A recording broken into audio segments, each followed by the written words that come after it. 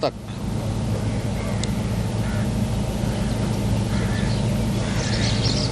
P D M کے ارکان قومی اسمبلی اور صوبائی اسمبلی اپنے استعفے اپنی جماعت کے قائدین کو پیش کر دیں گے۔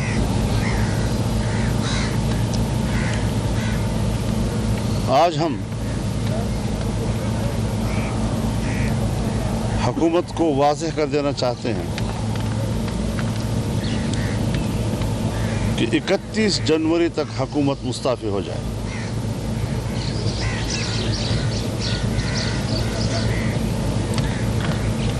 اگر 31 جنوری تک حکومت مستعفی نہیں ہوتی تو پھر سربراہی اجلاس 1 فروری کو اسلام آباد کے لیے لانگ مارچ کا اعلان کر دے گا اور اس کی تاریخ کا فیصلہ بھی اسی میں کیا جائے گا۔ تاہم پی ڈی ایم میں شامل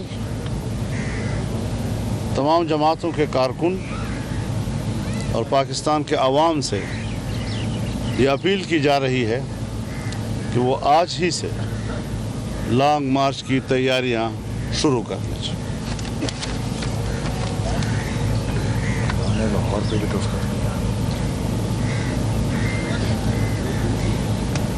کل جو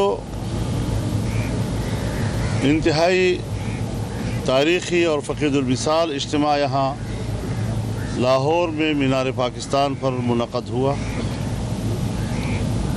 اس میں جہاں پاکستان ڈیموکریٹک موومنٹ کے اساسی مقاصد کا اعلان کیا گیا، انہی بنیادی اساسی مقاصد کے تسلسل میں آج پی ڈی ایم کے تمام سربراہان نے ایک تفصیلی اعلامیے پر بھی دستخط کر دیے ہیں۔ وہ اعلامیہ آپ کے حوالے کر دیا جائے گا۔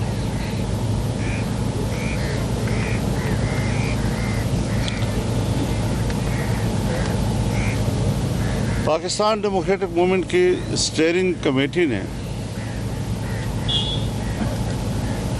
صوبوں کو لانگ مارچ کی تیاریوں کے سلسلے میں جو شیڈول دیے ہیں وہ شیڈول بدستور برقرار رہے گا۔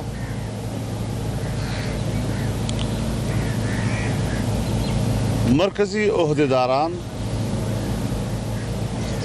اور اسٹیئرنگ کمیٹی کے وہ اراکین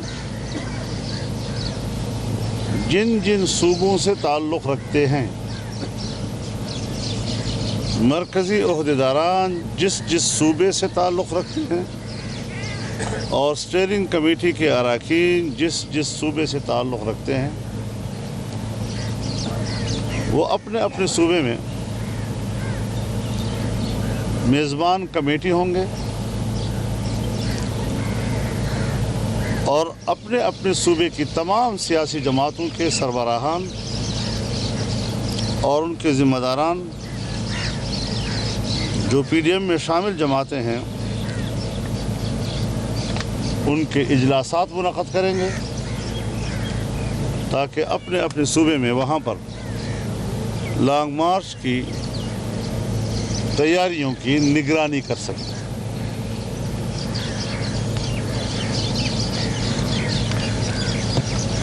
ساتھ ہی اجلاس میں اس بات پر سخت ناراضگی کا اظہار کیا گیا اور اس بات کی شدید مذمت کی گئی کہ آئی ایس پی آر نے جس طرح الیکٹرانک میڈیا کے چینلز پر جلسے کے خلاف منفی پروپیگنڈے کے لیے دباؤ ڈالا، مختلف اینکرز پر دباؤ ڈالا ہم سمجھتے ہیں کہ ہم تو میڈیا کی آزادی کی جنگ لڑ رہے ہیں. ہم تو میڈیا کی آزادی کی جنگ میں میڈیا کے ساتھ شانہ بشانہ کھڑے ہیں. لیکن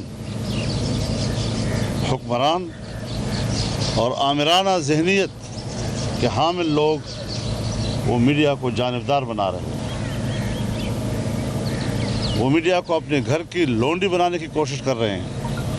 ہم نے اس سازش کو مل کر ناکام بنانا ہے اور ایک قومی سطح کا ایک بڑا ایونٹ جو لاہور میں منعقد ہوا، جسے اس طرح تاریخ یاد کرے گی جس طرح 1940 کے اس مقام پر اجتماع کو تاریخ یاد کرتی ہے، اس کو منفی انداز کے ساتھ اپنے ہی ملک کے عوام کے سامنے پیش کرنا انتہائی گھٹیا کردار ہے اور ہم اس کی پرزور مذمت کرتے ہیں. یہ آج کے اس میٹنگ کا اعلامیہ تھا. ایک منٹ آپ آرام سے ایک ایک کر کے آپ بات کریں. آپ نے کبھی طور پر کہا تھا کہ نواز شریف کی جائیدادوں کا، بنگلوں کا ہم کے حساب سے نواز شریف کے خلاف جنگ میں تو دے دیا نا حساب. آپ نے کہا تھا نواز شریف ضیاء اللہ کا بیٹا ہے. آپ نے کہا تھا کہ نواز جو زرداری اور عمران بھائی بیٹا سوال کر لیں. کیا یہ سوالات یہ وہ سوالات ہیں. تمام اختلافات کو بلا کر ایک کر دیا اور آپ کو پی ڈی ایم جیسے گلدستے میں کھو دیا. یہ وہ سوال ہے جو سوشل میڈیا کے اوپر اس کے پیچھے خاص گروپ کار فرما ہوتے ہیں اور یہ گھسے پٹے سوالات جو ہیں وہ اب مر چکے ہیں. مولانا صاحب ایک سوال مریم نواز صاحب ایک سوال میں لا رہا تھا.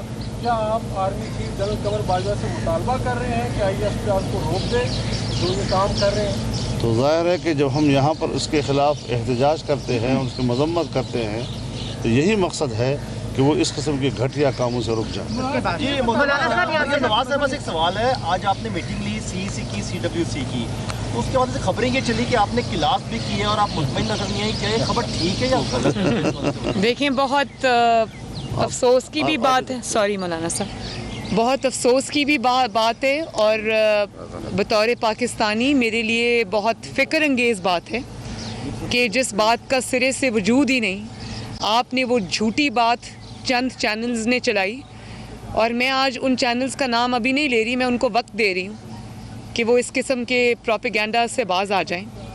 میں نے وہ میری ویڈیو بھی ہے، آن ریکارڈ ہے، میں نے دونوں ہاتھوں سے اپنی پارٹی کو، اپنی لاہور کی قیادت کو، لاہور کے MNAs کو، لاہور کے MPs کو دونوں ہاتھوں سے سلام کیا، ان کی ایفرٹس کو اپریشیٹ کیا، ان کی ایفرٹس کو اکنالج کیا. انہوں نے دن رات ایک کیا اور یہ جلسے سے پہلے بھی جس طرح سے وہ ریلیز میری ہوئی ہیں ماشاءاللہ لاہور کے چپے چپے میں پورے پاکستان نے دیکھا ہے وہ.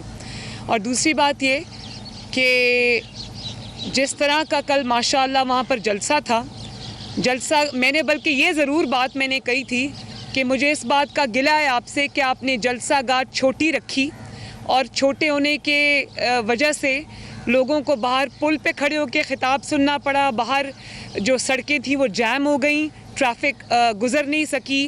ہمارے جو بہت سارے ایک جلسہ گاہ کے اندر ہو رہا تھا، ایک جلسہ گاہ کے پیچھے ہو رہا تھا، وہ لوگ جلسہ گاہ میں نہیں آ سکے. ایک جلسہ سڑکوں پہ ہو رہا تھا. تو میں شاید خاقان عباسی صاحب کوئی گھنٹہ تک سے پہنچے کیونکہ ان کو راستہ نہیں ملا سڑک سے جلسہ گاہ میں آنے کا. مجھے انہوں نے آج بتایا کہ میں موٹر سائیکل پہ کسی کی موٹر سائیکل پہ بیٹھ کے جلسہ گاہ میں پہنچا ہوں. اس وقت تک تقریباً کافی جلسہ ہمارا گزر چکا ہوا تھا. تو میں پوری زندگی آپ یقین کریں میں نے کبھی ایسا جلسہ نہیں دیکھا جہاں اتنی شدید ٹھنڈ کے باوجود مجھے کوئی کرسی نظر نہیں آئی. مجھے نہیں پتا جو وہاں پر پنڈال میں کرسیاں رکھی گئی تھیں وہ کہاں چلی گئیں. لوگ کھڑے رہے، گھنٹوں کھڑے رہے اور جلسہ انہوں نے کھڑے ہو کے دیکھا اور سنا. کیونکہ ساؤنڈ سسٹم کی رش ہونے کی وجہ سے تاریں بھی ٹوٹ گئیں، لائٹنگ کی بھی لائٹس بھی آف ہو گئیں کیونکہ تاریں ٹوٹ گئیں.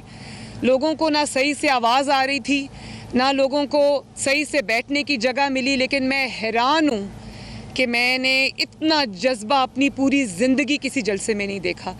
اتنی سردی کہ آپ یقین کریں ہم لوگ سٹیج پہ بیٹھے ہوئے تھے.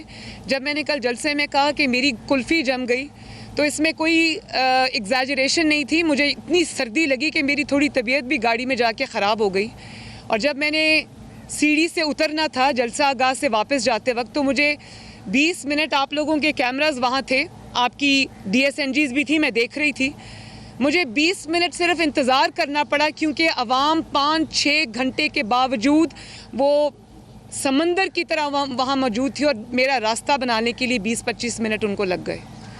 تو میں یہ چیلنج کرتی ہوں کہ اتنی سردی میں اگینسٹ آل آڈز کرونا بھی ہے, حکومت کے یہ فیشسٹ ہتھ کنڈے بھی ہیں, کرسیاں نہیں دیں گے, بٹ کڑائی والوں کے اوپر مقدمہ کاٹ دیں گے اور اجازت نہیں دیں گے, پانی چھوڑ دیں گے. اس کے باوجود لاہور نے کسی چیز کی پرواہ نہیں کی. ہاں جلسہ گاہ چھوٹی تھی, بڑی ہونی چاہیے تھی. لوگ ہزاروں کی تعداد میں باہر اور پیچھے کھڑے تھے.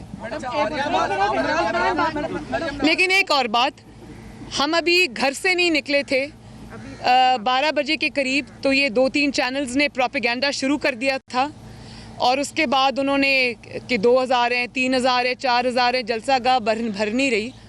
تو یہ تو پروپیگنڈا میں 12 بجے ابھی میں گھر سے نہیں نکلی تھی تو یہ پروپیگنڈا شروع ہوا. لیکن مجھے دیکھیں, جس کو حقیقت کا پتہ اس کو پتہ ہے.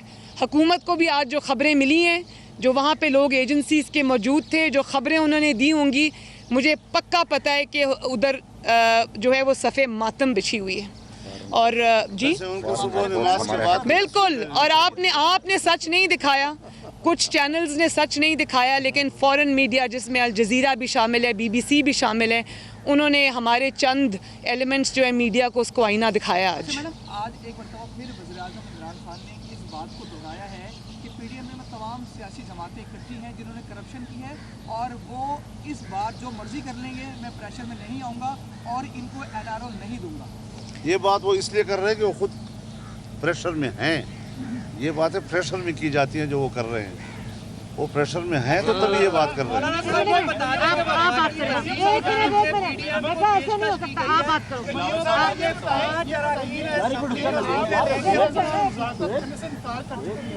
کیا اگر اب ان کے سلیکٹر سے مذاکرات کی دعوت آتی ہے, کیونکہ مین فریق جو ہے وہ آپ کے PMN ہے, اب سلیکٹر کی طرف سے مذاکرات کی دعوت آتی ہے تو کیا ان کے سلیکٹر کے ساتھ اب مذاکرات کرنے کو بیٹھنے کو تیار ہیں آپ؟